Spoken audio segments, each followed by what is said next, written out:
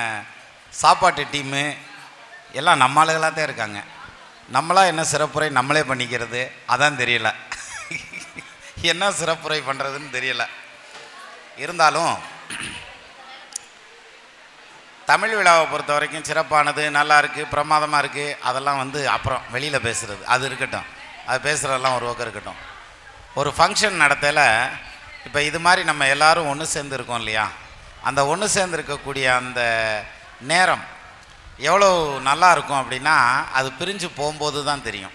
ஏன்னா நம்ம கொடுமுடி சதீஷ் தான் என்ன பண்ணுவார், நான் போயிட்டு வரேன் அப்படின்னு சொல்ல ஆரம்பித்தார்னா அதுக்கு அங்கிட்டு ஒரு 1.5 மணி நேரம் கழிச்சு தான் போவார்.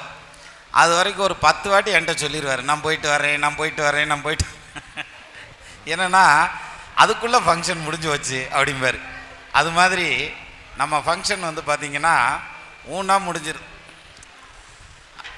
அப்போது நம்ம சிறப்புரை அப்படிங்கிறது ஒவ்வொரு வாரமும் நம்ம பேசிக்கிட்டே தான் இருக்கிறோம்.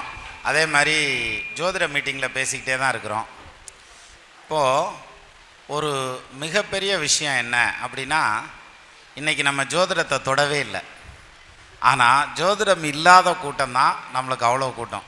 நீங்கள் நல்லா யோசிச்சு பாருங்கள், தமிழ்நாடு பூரா ஜோசியர்கள் பூரா சிறப்பு ஜோதிட மாநாடு நடக்கும், ஆய்வரங்கம் நடக்கும். ஏன்னா நம்மளே ஆய்வரங்கம் நடத்துகிறோம். இந்த மாதிரி ஏதாவது நடக்குமே தவிர, அல்லது மாதாந்திர சிறப்பு கூட்டம், மாநாடு இப்படியெல்லாம் நடக்குமே தவிர, தமிழுக்குன்னு நம்ம தனியாக எடுத்துகிட்டு வர மாதிரி ஒரு டீம் எடுத்துகிட்டு போன மாதிரி எனக்கு தெரியலை. நம்ம அதில் கொஞ்சம் தனிப்பட்டு நிற்கிறோம் இல்லையா.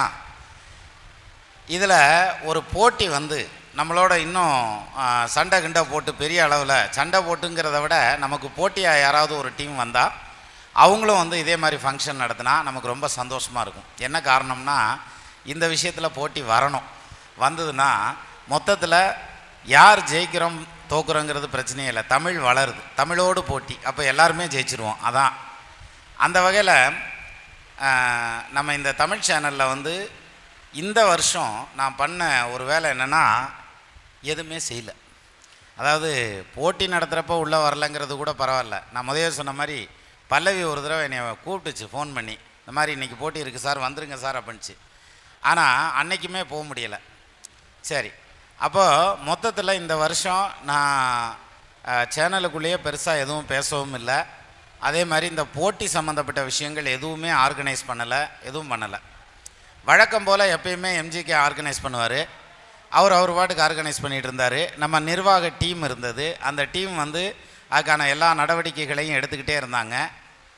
ஒவ்வொரு தடவையும் எனக்கு தகவல் மட்டும் சொல்லிகிட்டே இருந்தாங்க. ஒரு ஸ்டேஜில் வரையில் என்ன ஆகிடுச்சுன்னா, என்னை காண்டாக்ட் பண்ண முடியலை. அப்படிங்கிறதுக்காக இந்த இடத்துல இது பெருமையாக சொல்கிறதில்ல, கொஞ்சம் கஷ்டந்தான், மன கஷ்டந்தான், இருந்தாலும் சொல்கிறேன். காண்டாக்ட் பண்ண முடியலன்னு என் வீட்டுக்காரம்மாவை பிஏவை போட்டாங்க, வாழ்க்கை துணைவியாரை. நீங்கள் அதில் அப்ரூவல் கேட்டு சொல்லுங்கள் அப்படின்னு சொல்லியிருந்தாங்க. ஒவ்வொரு விஷயத்துக்கும் அப்ரூவல் கேட்பாங்க. எனக்கு நான் காலையில் சொல்கிறேன் அப்புறம் சொல்கிறேன்னு அப்படியே விட்டுறது.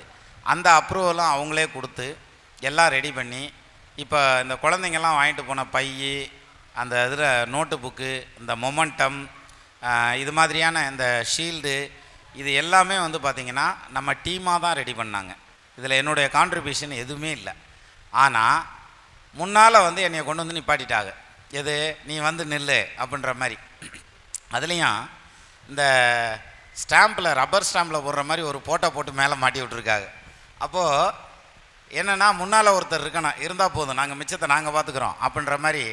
இன்றைக்கி ஒரு நம்ம தமிழ் டீம், நம்ம நிர்வாக குழு பண்ணது உண்மையிலே எனக்கு ரொம்ப அது எப்படி சொல்கிறதுன்னு தெரியல, மனசு நிறைஞ்சு வச்சுன்னு சொல்லுவாங்கல்ல, அது மாதிரியான ஒரு நினைவு.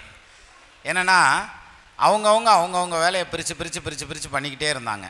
ஒவ்வொரு டைமும் பண்ணுறாங்க, அதை பக்கத்தில் இருந்து பார்ப்பேன். ஆனால் இப்போ பார்த்தோம்னா எந்த கான்ட்ரிபியூஷனும் இல்லாமல் அது பாட்டுக்கு ஓடிக்கிட்டே இருந்தது. இதில் முக்கியமான விஷயம் என்ன சொல்லணும்னா, அதாவது நம்ம ஃபங்க்ஷனில் சரிபாதி அப்படின்னு எடுத்துக்கிட்டால் உணவு, ஒரு பாதி ஃபங்க்ஷன் அப்படின்னு எடுத்துகிட்டால் சரிபாதி உணவு. அந்த உணவு அப்படிங்கிற அந்த ஒரு இடத்த ஃபுல்ஃபில் பண்ணதுங்கிறது ஒன்றும் இல்லை.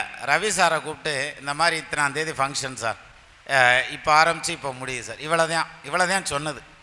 அதுக்கப்புறம் ஜூம் மீட்டிங்கில் அவர் பேசினார் பாருங்க, இத்தனை மணிக்கு இது தரோம், சாப்பாட்டில் என்னென்னது, டிஃபனில் என்னது, அவர் பாட்டுக்கு வரிசையாக சொல்லிகிட்டே இருந்தார்.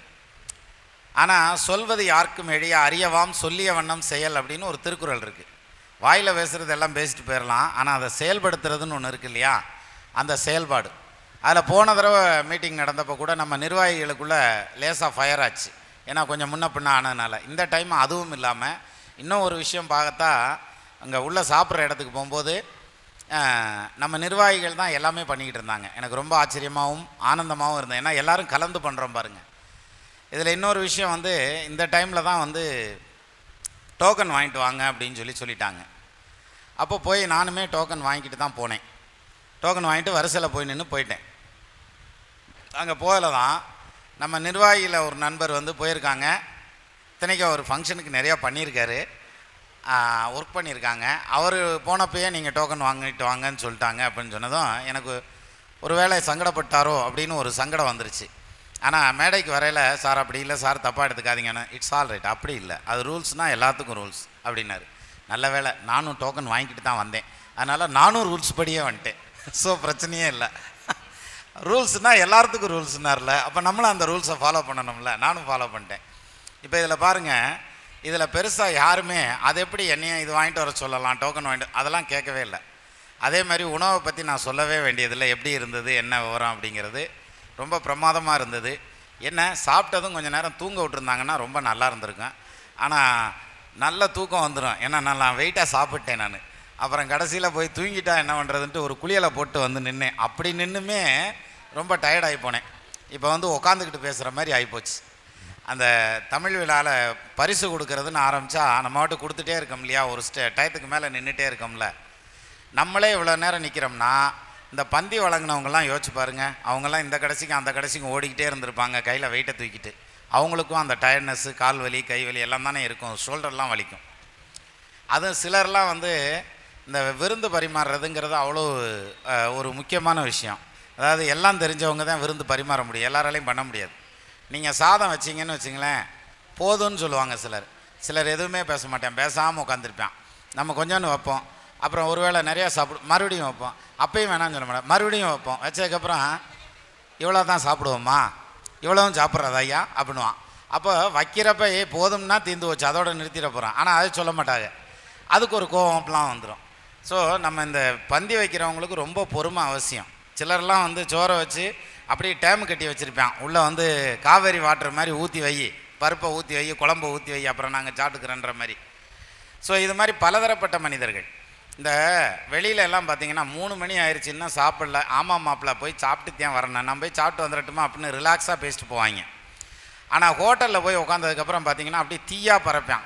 எப்படி என்னங்க சாப்பிட்றீங்க, சாப்பாடு சொல்லி 1/2 மணி நேரம் ஆச்சியா அப்படிமா, 5 நிமிஷம் தான் ஆயிருக்கும், 1/2 மணி நேரம் ஆச்சியா எங்கேயா வந்தது அப்படின்ற மாதிரி அந்த டென்ஷனாக பேசுவாங்க. அந்த இடத்துல பொறுமை யாருக்குமே இருக்காது. அப்போ அந்த இடத்துல ஒர்க் பண்ணுறவங்களுக்கு அந்த பொறுமை இருக்கணும். அந்த வகையில் வந்து நம்ம இதில் ஒர்க் பண்ணவங்க, நம்ம பிள்ளைய தான் எல்லோரும் ஒர்க் பண்ணாங்க. நான் ஒவ்வொருத்தரையும் தனித்தனியாக பேரையே சொல்லணும்.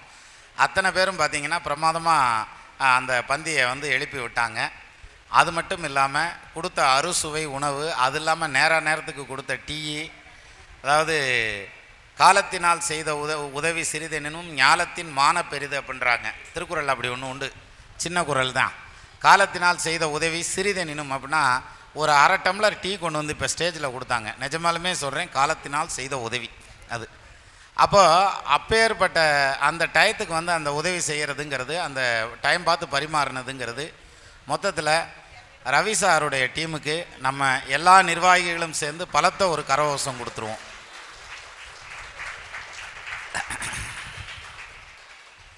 எல்லாருமே நல்லா சாப்பிட்ருக்கீங்கன்னு நினைக்கிறேன், நிறையா கை தட்டியிருக்கீங்க. பசிப்பினி என்னும் பாவியது தீர்த்தோர் இசைச்சொல் அளவை கென்னா நிமிராது ஆற்றுனர் கழிப்போர் அறவிலை பகர்வோர் மேற்றை யுனையில் மெய்ஞல ஞாலத்து வாழ்வோர்க்கெல்லாம் உண்டி கொடுத்தோர் உயிர் கொடுத்தோரேன்னு இளங்கோவடிகள் சிலப்பதிகாரத்தில் எழுதுறார். சோறு கொடுத்தவன் வந்து உசுறு கொடுத்ததுக்கு சமம் அப்படின்னு சொல்கிறாங்க. அந்த வகையில் அவர் வந்து அந்த பார்ட்டை வந்து அவர் முழுமையாக எடுத்து பார்த்துக்கிட்டார். இந்த ப்ரோக்ராமினுடைய வெற்றியினுடைய 50% அவருக்கு தான் போகும். பாக்கி இருக்க 50% வந்து நம்ம நிர்வாக குழு. இந்த நிர்வாக குழு நேற்று நைட்டே வந்துட்டாங்க. வந்து அவங்க பம்பரமாக சுற்ற ஆரம்பிச்சிட்டாங்க அவங்க வாட்டுக்கு. இன்னும் சொல்லணுன்னா, இத்தனை பொருட்களையும், இவ்வளவு பொருட்கள் நம்ம கொடுத்துருக்கோம் இல்லையா, அத்தனையும் கடையில் போய் வாங்கி கலெக்ட் பண்ணி அதை கொண்டு வந்து ஒரு இடத்துல சேர்த்து அதை திருப்பியும் வந்து வண்டியில் ஏற்றி இங்கே கொண்டு வந்து இறக்கி இங்கே யாருமே இல்லை, அவங்க தான் ஃபஸ்ட்டு வந்தாங்க. அருணாஜோதி அவங்க மேடம் தான் ஃபஸ்ட்டு வந்து இங்கே இறக்குனாங்க எல்லாத்தையும். இவங்க வந்து இது மாதிரி முதல்ல வருவாங்க, தனியாக இருப்பாங்கன்ட்டு நான் சீக்கிரம் வரேன்னு சொல்லிவிட்டு நான் லேட்டாக வந்தேன். நான் அவங்க வந்ததுக்கப்புறம் தான் வந்தேன், பின்னால் தான் வர முடிஞ்சது. அந்த மாதிரி வந்து சேர்ந்தேன். அப்போது அவங்க வந்து அந்த அதை இதை பண்ணது. இது மட்டும் இல்லாமல் இந்த ப்ரோக்ராம் இன்றைக்கி நடக்குதுன்னா, நம்ம இன்றைக்கி உட்காந்துருக்கோம்னா நம்ம எல்லாத்துக்கும் தெரியும், 6 மாதத்துக்கு முன்னாலேருந்தே நடத்திக்கிட்டு இருக்கோம். மார்கழி மாதமே ஆரம்பிச்சிட்டோம்ல, கோலப்போட்டியிலேருந்து ஆரம்பிச்சிட்டோம்ல. அப்போ இது என்ன, மார்கழியிலேருந்து இப்போ சித்திரை வரைக்கும் வந்துட்டோம். அப்போது எவ்வளோ நாள் நடத்தியிருக்கோம் பாருங்கள், இந்த போட்டி எவ்வளோ டெடிக்கேட்டடாக நடத்தியிருக்காங்க பாருங்கள்.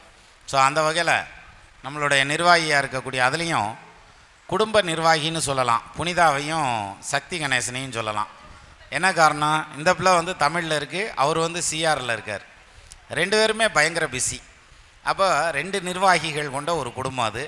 அதே மாதிரி கீதா இந்த பக்கம், அங்கிட்ட ரத்னவேல், அதுவும் 2 நிர்வாகிகள் கொண்ட குடும்பம். இப்படி இப்போ தான் வந்து முதல்ல 1 வந்தது, இப்போ 2 இருக்குது. நான் அடுத்து மொத்தமாக குடும்பமாகவே நிர்வாகிகள் வந்துருவாங்கன்னு நினைக்கிறேன். அப்படி தான் இருக்குது அடுத்தடுத்து வரக்கூடிய காலங்களில். ஸோ அந்த வகையில் ஒவ்வொரு நிர்வாகிகளும் பண்ண அந்த கான்ட்ரிபியூஷன் அப்படின்னு எடுத்துக்கிட்டால் ரொம்ப பிரமாதம். ராப்பகலாக பாடுபட்டிருக்காங்க அதுக்காக. அது இல்லாமல் இந்த சர்டிஃபிகேட் ரெடி பண்ணதுங்கிறது, இன்னும் மொமெண்டம்லாம் ரெடி பண்ணது, இதை கொடுக்கலாங்கிற டெசிஷன் எடுத்தது. சார் நம்ம பார்க்குறதுக்கு ஒரு சின்ன விஷயமா இருக்கும், ஆனால் அதை வந்து 100 தடவை சரி பண்ணணும், ஒரு 50-100 ஃபோன் கால் பண்ணணும், அப்போ தான் அதெல்லாமே கரெக்ட் ஆகும். அது மாதிரியான விஷயங்களை எல்லாம் நம்ம சரி பண்ணியிருக்கோம். சரி பண்ணி இந்த ப்ரோக்ராமை வெற்றிகரமாக நடத்தி நம்மளை நோக்கி வந்த அத்தனை குழந்தைகளையும் அத்தனை பெற்றோர்களையும் சந்தோஷமாக அனுப்பிச்சி வச்சுருக்கோம். ஏன்னா இப்போ நம்ம இருக்கிறது நம்ம டீம் தான் இருக்கிறோம், பெரும்பாலும் நம்ம டீம் தான் இருக்கும். அத்தனை பேரையும் சந்தோஷமாக அனுப்பிச்சி வச்ச அந்த நம்மளுடைய திறமைக்கு நம்மளே ஒரு அப்ளாஸ் பண்ணிக்கிறோம். அதுதான் உண்மை. ஏன்னா நமக்கு நாமே யாராவது பாராட்டுறாங்களான்னு பார்க்கணும், இல்லாட்டினா நம்மளே பாராட்டிடணும், அவ்வளோதான். அந்த வகையில் வந்து இந்த மீட்டிங், இந்த இப்போ தமிழ்நாட்டில் நம்ம ஊரில் ஒரு பழக்கம் உண்டு. ஒருத்தன் இட்லி கடை போட்டு பணக்காரனானா ஏத்தாப்பில் இன்னொருத்தன் இட்லி கடை தான் போடுவான், பணியார கடை போட மாட்டான். ஒருத்தன் புட்டு கடை போட்டு பணக்காரனானா ஏத்தாப்பில் இருக்கவன் புட்டு கடை தான் போடுவான். அது மாதிரி இங்கே நம்ம தமிழ் விழா 3 வருஷமாக போட்டுக்கிட்டு இருக்கோம் சார். ஏத்தாப்பில் யாரும் கடையே போட மாட்டுறாங்க சார். போட்டாங்கன்னா நல்லாயிருக்கும் இல்லையா? அப்போது பாருங்கள், அதாவது ஒரு அம்மா வந்து இங்கே நின்று பேசுனாங்க. இது தமிழில் முப்பால் கேட்கல அவர் ஐயா தடுமாறினார் பார்த்தீங்களா? உண்மையிலேயே எனக்கு நான் சொன்ன மாதிரி பதஷ்டம் ஆயிடுச்சு. அதே மாதிரி குரலில் கேட்டாங்க பாருங்கள், அதாவது தாயின்னு முடிகிறது, தந்தைன்னு முடிகிற குரல் அப்படிங்கிறதெல்லாம் வந்து ரொம்ப ரொம்ப நிதானமாக கேட்கக்கூடிய விஷயம். இப்போ நான் தெரிஞ்சுக்கிட்ட விஷயம் என்னென்னா, தமிழுக்கு நம்ம பண்ணிக்கிட்டு இருக்கிறதுங்கிறது பத்தாது. நம்ம பண்ணிகிட்டு இருக்கிறதுங்கிறத விட என்னை பொறுத்த வரைக்கும் நான் பண்ணிகிட்டு இருக்கிறது பத்தாதுன்னு நினைக்கிறேன். என்ன காரணம்னா, நம்ம வந்து விடாமல் ஆட்டி நிமித்திக்கிட்டு இருந்தோம். எது ஜூம் மீட்டிங் ஆகட்டும் அல்லது லைவ் ஆகட்டும், அந்த கந்தர் அலங்காரமும் கந்தர் அனுபூதியும் பண்ணப்போ கந்தர் அனுபூதி கூட பாதியில் நிற்கிது. கந்தர் அலங்காரமும் கந்தர் அனுபூதியும் ஆரம்பித்தப்ப அதுலேயும் குறிப்பாக கந்தர் அலங்காரங்கிறது எனக்கு அவ்வளோ நல்லா இருந்ததுங்க. 107 நாளாக என்னமோ நடந்தது. முடிக்கிற அன்றைக்கி எனக்கு கண்ணு கலங்கிருச்சு, ஏன்னா முடிச்சிருவோம்ல அப்படின்ட்டு. அதுக்கப்புறம் தான் பெரிய புராணத்தில் வந்து நம்ம இதை எடுத்தேன், நம்ம சிறுதொண்டர் புராணம். வாளால் மகவறிந்து ஊட்ட வல்லேன் அல்லேன், மாது சொன்ன சூழால் இளமை துறக்க வல்லேன் அல்லேன், ஆளாற்றின் கண்ணிடத்து அப்ப வல்லேன் அல்லேன், இனி நான் சென்று ஆழாவது எப்படியோ திரு காலத்தி அப்பருக்கேன்னு சொல்லுவாங்கள்ல. அது மாதிரி சிறுதொண்ட நாயனாருடைய புராணத்தை வந்து நம்ம ஒரு நாள் பேசியிருந்தேன். அதுக்கப்புறம் தொடர்ந்து பெரிய புராணத்தில் ஒரு நாயன்மாராக பேசணும் அப்படிங்கிற ஒரு எண்ணத்தில் நீங்கள் என்ன நினச்சாலும் நினச்சிங்க, பெரிய புராணத்தை எடுத்து விரித்து வச்சோம்னா ஒரே ஒரு பாடல் பாடுறோம்னு படித்து பார்க்குறோம்னு வைங்களேன், மொதல் 2 வரி படிக்கலையே அங்கேயே லாக் ஆகிடுறோம். அதுக்கப்புறம் அதை தாண்டியே போக முடியலை. அதுக்கு என்ன காரணம், பெரிய புராணத்தில் எப்படி இருக்கா, அடுத்து இன்னொன்றில் என்ன சொல்லியிருக்காங்க, இன்னொரு இடத்துல என்ன சொல்லியிருக்காங்க, தமிழ் செய்யுள்ள இது எப்படி வருது, இலக்கணத்தில் எப்படி வருது, இப்படியுமே சிந்தனை போய் அதை முடிக்கவே முடியலை, நோட்ஸ் எடுத்து முடிக்க முடியலை. நானும் எடுத்து பார்த்துட்டு ஒரு ஸ்டேஜில் சரி இருக்கட்டும் கொஞ்சம் கேப் விட்டாவது பண்ணுவோம் அப்படின்னு. அப்போ தான் இப்போ நேற்று கூட அருணாஜோதி மேடம் சொன்னாங்க, நான் எப்போ வந்து ஒரு தவறுனாலும் டக்குன்னு இடித்துரைக்கக்கூடியவங்க, அவங்க சொல்கிறாங்க நீங்கள் சேனலுக்கு வரவே இல்லை அப்படின்னு. நான் அதான் சொன்னேன், நம்ம ஷெல்ஃபில் பெரிய புராணம் வாசல் முன்னாடியே இருக்குது, வாசலில் உள்ளே நுழைஞ்சதுமே அந்த ஷெல்ஃபில் முன்னாடி பெரிய புராணம் இருக்கும், 3 பார்ட்டு. இந்த பெரிய புராணத்தை பார்க்குறப்பெல்லாம் நம்ம அதை பேசணுங்கிற எண்ணம் இருந்துகிட்டே இருக்குது. எப்பெல்லாம் உள்ள வீட்டுக்குள்ளே நுழையிறோமோ அப்போல்லாம் பார்க்குறப்பெல்லாம் இருக்குது. ஆனால் அதை பேசுகிறதுக்கு எடுத்து பேசுகிறதுக்கு இந்த மாதிரி டைம் அமையாமல் இருக்குது. அதுக்கு நான் என்ன நினச்சிட்டேன், இறையருள் என்னைக்கு சித்திக்குதோ அன்றைக்கி தான் நம்ம எடுப்போம் அப்படின்னு நினச்சிட்டு இருந்தேன். அநேகமாக இன்றைக்கி சித்திச்சிருக்கும்னு நினைக்கிறேன். இனி வந்து நம்ம வந்து பெரிய புராணத்தை எடுத்தாளணும் அப்படிங்கிற மாதிரியான ஒரு எண்ணம் என்கிட்ட மனசில் நிறையா இருக்குது. நம்ம சொல்லுவோம் இல்லையா, எனக்கு தெரிஞ்ச கந்த புராணம் அல்லது எனக்கு தெரிஞ்ச கந்தர் அலங்காரம் அப்படிங்கிற ஸ்டைலில் நமக்கு தெரிஞ்ச பெரிய புராணத்தையாவது பேசிடுவோம் ஃபஸ்ட்டு அப்படின்ற மாதிரியான ஒரு எண்ணம். இது இல்லாமல் திருக்குறளை பற்றி முழுசாக பேசுகிறதுங்கிறது வந்து ரொம்ப பெரிய விஷயம். அது பேசவே முடியாது யாராலையும் முழுசாக. ஏன்னா ஒரே ஒரு குறளை எங்கள் தமிழ் வாத்தியார் 45 நிமிஷம் நடத்துவார். ஒரு பீரியடு ஃபுல்லாக ஒரு குறள் தான் நடத்துவார். அப்போது அது மாதிரி பேசுகிறதுக்கு வந்து இப்போ ஆள் இல்லை. நடராஜன்னு சொல்லி அவர் பேர், தமிழ் வாத்தியார். இப்போ வந்து அதே திருக்குறளை மீண்டும் நம்ம தமிழ் சேனலில் எடுக்கிறேன்னு சொல்லி சதீஷ்குமார் இன்றைக்கி சொல்லியிருக்காரு. தமிழ் விழா அன்றைக்கே சொல்லியிருக்காரு. வாரத்தில் ஒரு நாள் ஃபிக்ஸ் பண்ணி ரெகுலராக அவர் வந்து அந்த திருக்குறள் வகுப்பு எடுக்கட்டும். அந்த வகுப்பில் நம்ம எல்லாருமே கலந்துக்கிடுவோம். அதே மாதிரி நானும் வந்து பெரிய புராணம் வந்து வாரத்தில் ஒரு நாள் எடுக்கலாம் அப்படிங்கிற மாதிரியான ஒரு ஐடியாவில் இருக்கேன். ஸோ பெரிய புராணத்தையும் திருக்குறளையும் ஒரு சேர கொண்டுட்டு போகிறதுக்கான வாய்ப்பு இருக்குது. இன்னொரு விஷயம் என்ன அப்படின்னா, ஜோதிடம் எல்லாம் ஒரு பக்கம் இருக்கட்டும், இந்த தமிழ் அப்படிங்கிறதுல நம்ம சேனலை முன்னுக்கு கொண்டு வர்றதுங்கிறது வந்து, அதாவது சேனல் பேரை கொண்டு வர்றதை நான் சொல்லலை, அது வேண்டியதில்லை. அது இன்றைக்கி இருக்கும் நாளைக்கு இருக்காது, அதை விட்டுறலாம். நம்ம வந்து தமிழை கொண்டு வரணும். செங்கல்வராய பிள்ளைன்னு ஒருத்தர் இருந்தார். அவர் இல்லைன்னா நமக்கு திருப்புகளே கிடச்சிருக்காது. திருப்புகளில் இருக்கக்கூடிய அத்தனை பாடல்களையும் ஒரு ஊராக தேடி போய் ஓலைச்சுவடியெல்லாம் கண்டுபிடிச்சி எடுத்து அதில் சண்டைக்கு வந்தவன்லாம் உண்டு. அவங்ககிட்ட எல்லாம் கெஞ்சி கெதிரியெல்லாம் வாங்கிட்டு வந்து அதை வந்து பதிப்பிச்சவர்னு எடுத்துக்கிட்டால் செங்கல்வராய பிள்ளை. அவர் இல்லைன்னா நமக்கு வந்து திருப்புகழ்ங்கிற ஒரு இலக்கியமே இல்லை. திருப்புகளுக்கு என்ன ஒரு அதிசயம் அப்படின்னா, திருப்புகளை இன்னொருத்தன் பாடவே முடியாது. இப்போ என்சீர் கலிநடிலடி ஆசிரியர் தான் சந்தப்பா, விருத்தப்பா, வெண்பா, இது மாதிரி ஏதாவது ஒரு பாலை பாடுங்கப்பா அப்படின்னா பாடிடுவாங்க இப்போ இருக்கிறவங்க. ஆனால் அருணகிரிநாதருடைய சந்தத்தில் பாடு அப்படின்னா பாட தெரியாது, பாட முடியாது, யாருமே கிடையாது. இப்போ அப்பேற்பட்ட இலக்கியத்தை கொடுத்தவன் வந்து நமக்கு தேடி கண்டுபிடிச்சி கொடுத்தவர் செங்கல்வராய பிள்ளை. இன்றைக்கி எத்தனை பேர்த்துக்கு தெரியும்? தமிழ் அறிஞர் அப்படின்னு நம்ம எத்தனையோ பேரை சொல்கிறோம், இன்றைக்கி சொல்கிறோம். ஆனால் அரசியலுக்காக தமிழ் அறிஞர்கள் எத்தனையோ வர்றாங்க, எத்தனையோ பேரை நமக்கு அடையாளம் காமிக்கிறாங்க, காமிச்சிட்டு போகிறாங்க. ஆனால் செங்கல்வராய பிள்ளைங்கிற அந்த ஒரு பேர் இல்லைன்னா இன்றைக்கி வந்து நமக்கு திருப்புகள் இல்லை. அது மாதிரி சேனல்ங்கிறது ஒரு பக்கம் இருக்கட்டும், சேனல் வளர்கிறதுங்கிறது வேறு. ஆனால் நம்ம அந்த எதை வளர்க்குறோங்கிறது ரொம்ப முக்கியம் இல்லையா? தமிழை வளர்க்குறோம். ஒரு யூடியூப் சேனலை வந்து எந்த அளவுக்கு பாசிட்டிவாக யூஸ் பண்ண முடியும் அப்படிங்கிறத தான் நம்ம பல முறைகளில் பார்க்குறோம். ஏன்னா இன்றைக்கி எத்தனையோ பேர் வந்து சேனலை நெகட்டிவாக யூஸ் பண்ணி அதனால் பிரச்சனைகளை சந்திக்கிறவங்க எத்தனையோ இருக்காங்க. ஆனால் நம்ம அப்படி இல்லை. நம்ம எந்த அளவுக்கு அதை பாசிட்டிவாக கொண்டு போக போகிறோம். சார் அதில் இன்னொரு விஷயம் பாருங்கள், நம்ம எல்லோரும் ஒரு டீமாக இருக்கோம் இல்லையா? இன்றைக்கி பாருங்கள், நம்ம இளங்கோ சார் வந்திருக்கார் நாகர்கோயிலேருந்து. அவர் ஒவ்வொரு தடவையும் போயிருக்கல என்ன நாகர்கோயில் வாங்க நாகர்கோயில் வாங்கன்னு சொல்லுவார். நான் இப்போ ரீசெண்டாக நாகர்கோயில் போயிருந்தேன், நாகராஜா கோயிலுக்கு போயிருந்தேன். போய் சாமி கும்பிட்றப்ப நிஜமாலுமே சொல்கிறேன், சாமி கும்பிட்டு வர வரைக்கும் சார் இது ஞாபகமே எனக்கு இல்லை, மறந்துட்டேன். கன்னியாகுமரியில் போய் ரூம் போட்டு தங்கியாச்சு சூரிய உதயத்துக்கு. அப்போவும் ஞாபகத்துக்கு வரல. அதுக்கப்புறம் இவர் ஃபோனில் பேசுகிறாரு, அப்போ தான் பலார்னு ஞாபகத்துக்கு வந்துச்சு. இதே மாதிரி தென்காசிக்கு நான் பலமுறை போயிருக்கேன்.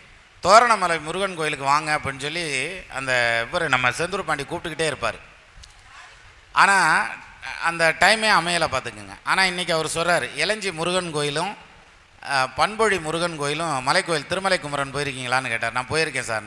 அந்த கோயிலுக்கு முறை செய்கிறவங்களே நாங்கள் தான் சார் செய்கிறோம் அப்படின்னாரு. எனக்கு ரொம்ப ஆச்சரியமாக இருந்தது. ஏன்னா நான் எப்போ குற்றாலம் பக்கம் போனாலும் மேக்ஸிமம் 99%, ஏன்னா 10%லாம் சொல்ல முடியாது, இளஞ்சி முருகன் கோயிலுக்கோ அல்லது பண்பொழி திருமலை குமரன் கோயிலுக்கோ போயிட்டு தான் வருவேன்.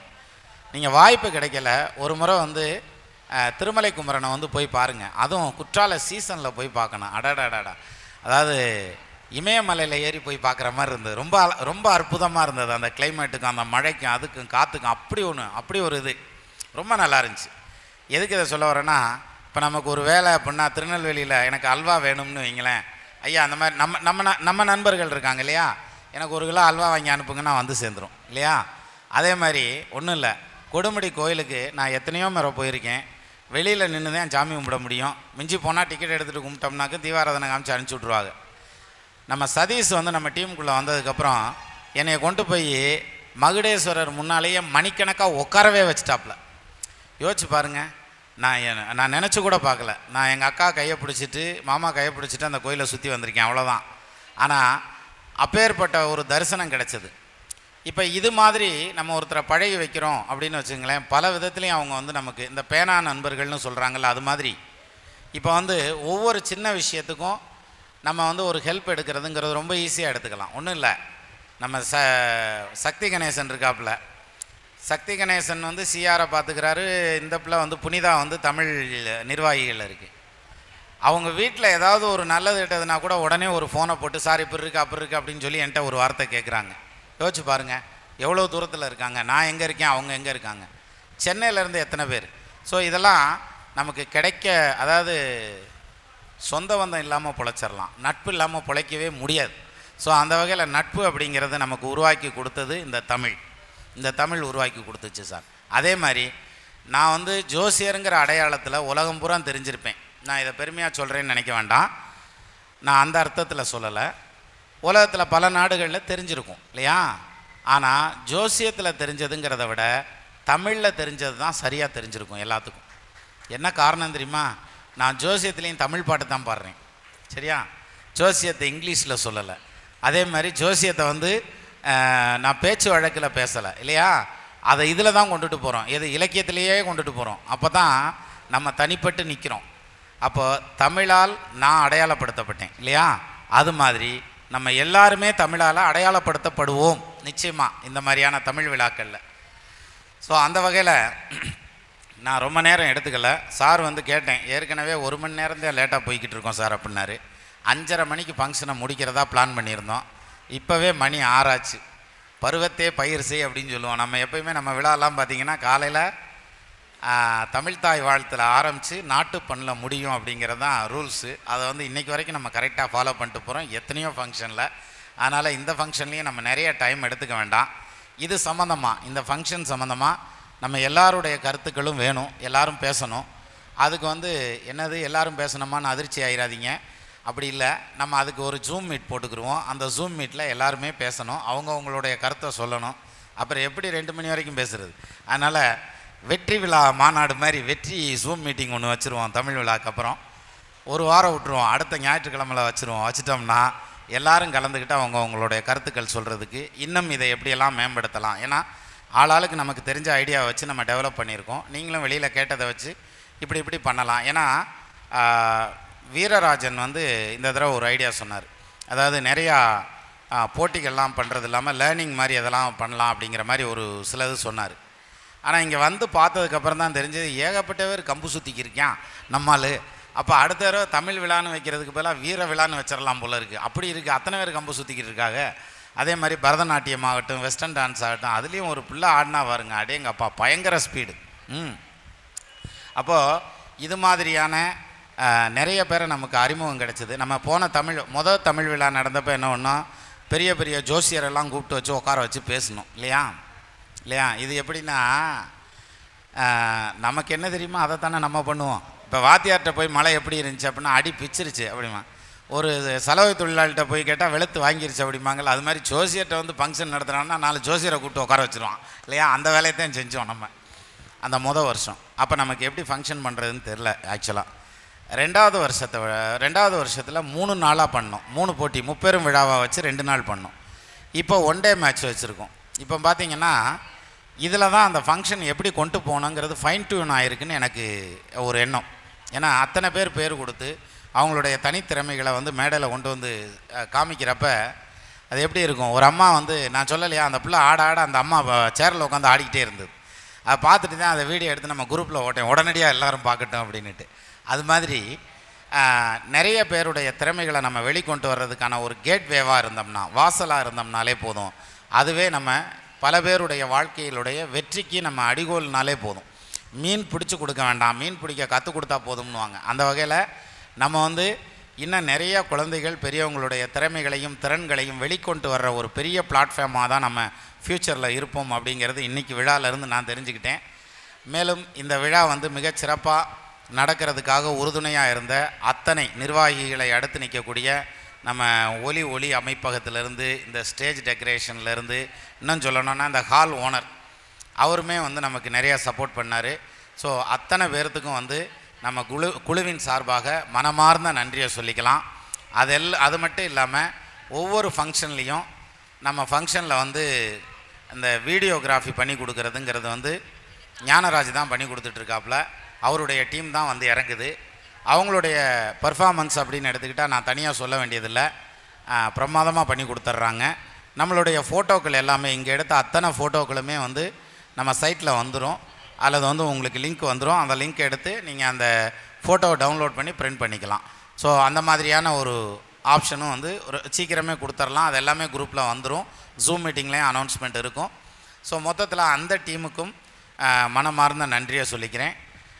மொத்தத்தில் வந்து இந்த தமிழ் விழா மிக இனிமையாக, சந்தோஷமாக, எந்தவித சங்கடமும் இல்லாமல் திருப்திகரமாக நம்ம போட்ட பிளான் படி ஒரே ஒரு இடத்துல மட்டும் மாறி, அதாவது டைமிங் அப்படிங்கிற அந்த ஒரு இடத்துல மட்டும் அப்படி ஒரு ஜம்ப் ஆகி அப்படி போய் நின்றுருக்குது. ஸோ அடுத்த முறை இதுவும் சரி பண்ணப்படும். மீண்டும் நம்ம தமிழ் விழாவில் வேறு என்னெல்லாம் பண்ணலாம் அப்படிங்கிறத உங்கள் மனசுக்கு தோணுன அத்தனை ஐடியாக்களையும் ரெடி பண்ணி வைங்க. நம்ம ஜூம் மீட்டிங்கில் சந்திக்கிறப்ப அதெல்லாம் பேசி அதை ரெடி பண்ணிக்கிடுவோம். எதை கொண்டு வர முடியுமோ அதெல்லாம் அப்கிரேட் பண்ணிக்கலாம். ஸோ இதுக்கு மேலே பெரிய விளக்கமாக பேசுகிறேங்கிற பேரில் நான் பேசி நிறையா டயத்தை எடுக்க விரும்பலை. எல்லாருமே டயர்டாக இருக்கும். அதனால் இதுக்கு மேலே பேசினேன்னு வைங்களேன், எங்கள் வீட்டுக்காரம்மா முன்னால் உட்காந்து நம்பியார் மாதிரி ஆக்ஷன் விட்டுக்கிட்டு இருக்காங்க. இந்த அப்படி கையை பிசைஞ்சிக்கிட்டே சிரிப்பாக இல்லையா, அது மாதிரி. இப்போ மைக் இருந்திருந்தால் சிரிக்கிற சவுண்டு இங்கே கேட்டிருந்துருக்கும். அதனால் அநேகமாக போதும்னு நினைக்கிறேன். மீண்டும் நம்ம இன்னொரு தமிழ் விழாவில் சந்திக்கிறதுக்கு முன்னால் நிறைய ஜூம் மீட்டிங்கில் சந்திப்போம். நமது நண்பர்கள் ஆள் போல் தழைதழைத்து, அருகது போல் வேரூன்றி, மூங்கில் போல் கிளைகிளைத்து, முதியாமல் வாழ்ந்திருக்க வாழ்கவென வாழ்த்தி அமைகிறேன். நன்றி, வணக்கம்.